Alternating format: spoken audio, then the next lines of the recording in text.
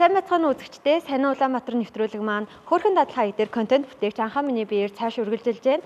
Энэ удаагийн зөвлөгөөний дугаараараа та бүхэндээ энд харагдаж байгаачлан нэмэлт хижээл арьсанд үр дүнтэй талаар бүгдээрээ авч хэлцэх болно. За тэгвэл арьсны нэмэлт хижээл гэж яг юу юм бэ гэхлээр арьсны нэмэлт хижээл гэдэг нь арьсны эрүүл мэнд, гоо сайхных дэмжих зорилгоор уурж хэрэглэдэг витамин, эрдэс бодис, амин хүчил болон бусад шимт бодисын холимог нийтлийг бол хэлж өгдөг байгаа. За эдгээр нэмэлт бүтээгдэхүүн маань арьсанд яг ямар ач тустай вэ гэхлээр арьсыг чийгшүүлэх, уян хатан, чангарсан байдлыг маань хадгалж авчулдаг, хүчлээ болон хөгшрөлтийг удаашруулах, батга болон тууралт багасгахад дэмжлэг үзүүлэх, амун дээрээс нь арьсны өнгийг маань гоё сэргийг харагдуулж өгдөг байна. За та бүхэн маань гэрийн нөхцөлд өөрсдөө сонгоод өөрийнхөө эрүүл мэндэд арьсандаа тохируулаад янз бүрийн витаминуудыг бол хэрэгжилжсэн гэдэгт би бол итгэлтэй байна. Тэгвэл тэр олон витаминууд дундаас хамгийн түгээмэл хэрэглэгддэг 4 витаминыг би өнөөдөр тодорхойлон илүү дэлгэрэнгүй авч үзье гэж бодсон байгаа. За хамгийн түрүүнд энд харагдаж байгаачлан эхний зурган дээр бол омега 3 хэмээх витамин байна. Энийг бол бүх хүмүүс бол мэддэг. Тэгэхээр яг уугаад байдаг боловч зарим хүмүүс яг юунд ач холбогдолтой юм бэ? Яг ямар үр дүнтэй юм бэ гэдгийг бол тийм ч сайн мэддэггүй байх. Тэгэхээр та бүхэндээ энэхүү омега 3 хэмээх нэмэлт витамины талаар би танилцуулж өгье. За омега 3 маань бол дотроо EPA, DHA, LAA хэмээх 3 төрөлтэй. За эдгээр маань өөрөө яг ямар төрлөөс гаргаж авч байгаагаараа ялгаатай байгаа. За эхний хоёр буюу EPA, DHA хоёр бол загасны тосноос бол гаргаж авдаг бол сүүлийн ALA нь ургамлын гарлаас бол гаргаж авдаг омега 3-ыг хэлдэг байна.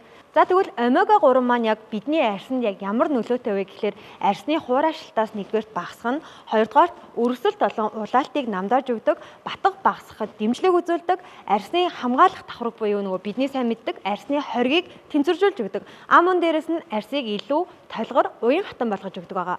За тэгвэл омега 3-ыг та яг хэрхэн хэрэглэх ёстой вэ гэхлээр өдөрт 1000-аас 2000 мг-ыг яг хоол идснийхаа дараа хэрэглэх юм бол илүү сайн шингэл цайтай байдаг байгаа. За харин омега 3-ыг хэтрүүлэн хэрэглэх юм бол бас эрсдэлтэй. Тэгэхээр та яг өөрийнхөө хэмжээндээ тааруулаад, өөрийнхөө бие физиологитой тааруулаад өдөрт яг зохистой хэмжээгээр нь хэрэглэхэд нь бол зүйтэй.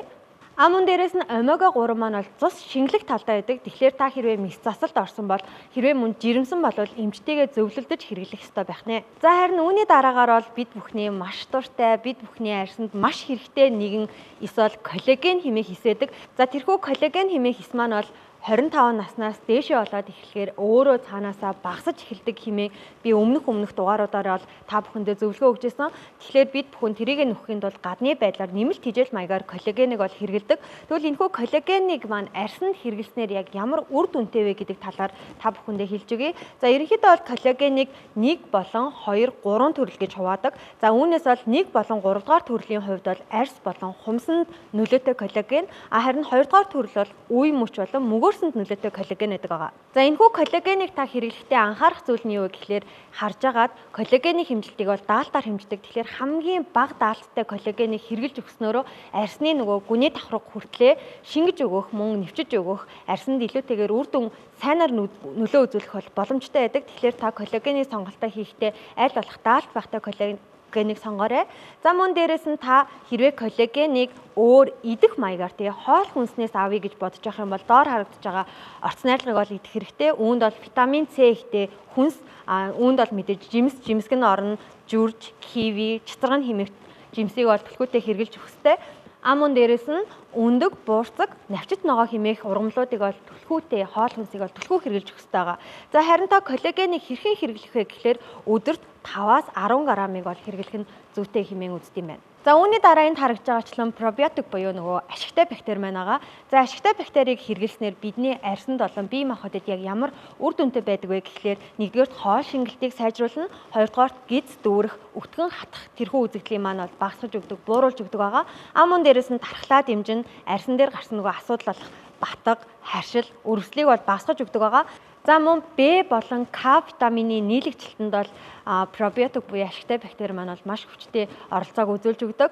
За хэрвээ та пробиотикийг яг хоол хүнснээсээ авахыг хүсэж байх юм бол амьд хөрөнгөтэй тараг, айраг болон мисо шүлгийг хэрэглэж өгснөөрөө хоол хүнсээрээ пробиотикийг бол нөхөж авах боломжтой байгаа. За хэрхэн хэрэглэх вэ гэхлээр өдөрт 1-2 удаа бага хэмжээгээр хэрэглэх ёстой.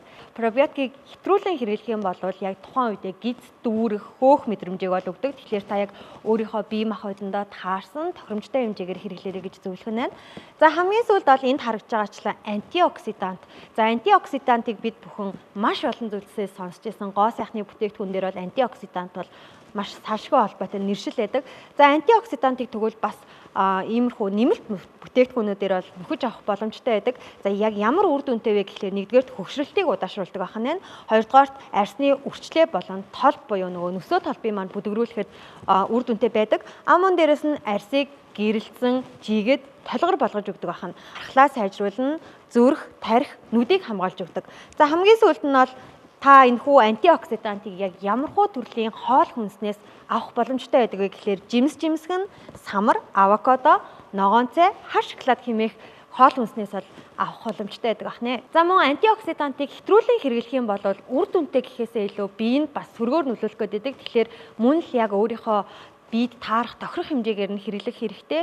Антиоксидантыг хэрвээ та ямар нэгэн байдлаар ужиг өвчтэй болвол яг эмчтэй зөвлөлдөж байгаад хэрэглэхгүйгээ бас шийдэх хэрэгтэй гэдэг дээр анхаарах хэрэгтэй байгаа шүү. За тэгэхээр бидний өдөр тутамдаа хэрэглэж байдаг тэрхүү нэмэлт бүтээгдэхүүнүүд маань бидний арьс болон бие махбодод яг ямар үр дүнтэй байдаг талаар өнөөдөр та бүхэнтэйгээ хуваалцлаа. Тэр дундаа маш дийлэх тохиолдолд хэрэглэж байдаг 4 нэмэлт бүтээгдэхүүний талаар та бүхэндээ хуваалцлаа. Энэ удаагийн бэлтгэсэн зөвлөгөөний цаг маань та бүхэнд сонирхолтой байсан гэдэгт итгэлтэй байна. Сайн Улаанбаатар нэвтрүүлэг маань үргэлжилж байна. Нэвтрүүлэгтэйгээ хамтаагаарай. Баярлалаа баяртай.